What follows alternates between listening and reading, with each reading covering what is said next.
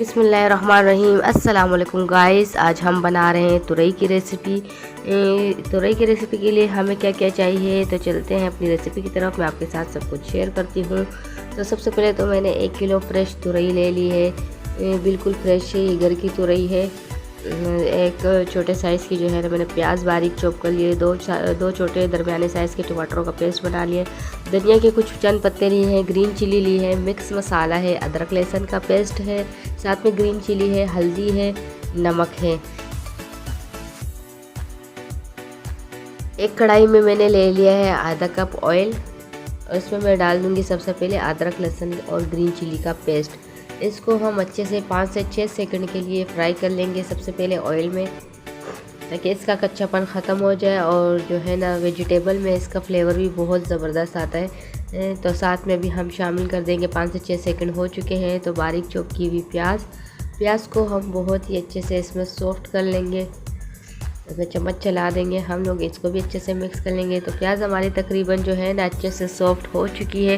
तो अब हम इसमें जो मैंने 2 दरमियाने साइज़ के जो टमाटरों का पेस्ट बना लिया था, तो अब इसको हम शामिल कर देंगे। और प्याज में हम इसको बहुत ही अच्छे से पका लेंगे इतनी देर तक कि इसके टमाटरों का जो पानी है खुश्क हो जाए। साथ में हम ले लेंगे इसमें हल्दी,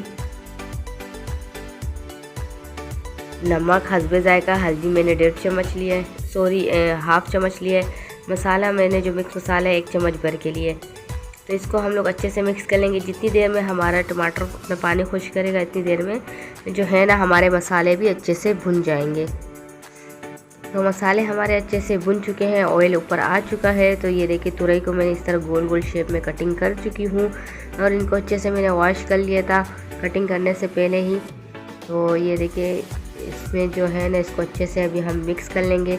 इसमें हम पानी का इस्तेमाल नहीं करेंगे, क्योंकि तुरई में कुदरती तौर पर बहुत पानी होता है, ये अपना पानी रिलीज़ कर लेता है। तो इसको भी हम ढक देंगे हल्की आंच पे 5 मिनट के लिए। ये देखिए 5 मिनट हो चुके हैं। तुरई ने काफ़ी हद तक पानी जो है ना रिलीज़ कर लिया है। इसमें हम चम्मच चला देंगे, बीच बीच में हम इसमें चम्मच चलाते जाएंगे। इसी तरह इसको हम अच्छे से फिर से मिक्स कर लेंगे और फिर से ढक देंगे इसको। तकरीबन हरी मिर्ची और धनिया डालने के बाद इसको हम ढक लेंगे तकरीबन 2 से 3 मिनट के लिए, ताकि जो इसका फ्लेवर है इसमें चल जाए। वेजिटेबल बहुत ही जल्दी हमारे कुक होते हैं। तो ये देखिए तुरई ने और भी ज़्यादा पानी रिलीज़ कर लिया है। इसको अभी हम अच्छे से मिक्स कर लेंगे और इसको हम दोबारा इतनी देर तक पकाएंगे ताकि ये अपना पानी जो है ना वापस से ड्राई कर ले। वैसा काफ़ी पानी रिलीज़ कर लिया, अब इसका पानी हम लोगों ने ड्राई कर लेना है। चम्मच हमने अच्छी सी चला दी है। हम इसको फिर से ढक देंगे तकरीबन 2 से 3 मिनट पे, और थोड़ी सी आंच को हम तेज़ कर लेंगे ताकि ये पानी जो है अच्छे से खुश्क कर लें। तो ये देखिए इसका कवर हम लोगों ने हटा दिया है। तो ये ऑयल इसका काफ़ी जो है ना ऊपर आ चुका है, और पानी आप लोगों को दिख रहा होगा बिल्कुल खुश्क हो गया है। इसको हम अच्छे से मिक्स कर लेंगे। एक दफ़ा फिर से हम इसमें चम्मच चला देंगे।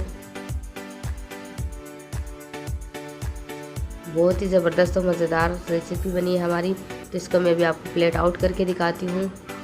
ये देखिए करीब से इसका लुक देखिए कितना ज़बरदस्त लग रहा है। इसका फाइनल लुक मैं आपके साथ अभी शेयर करती हूँ।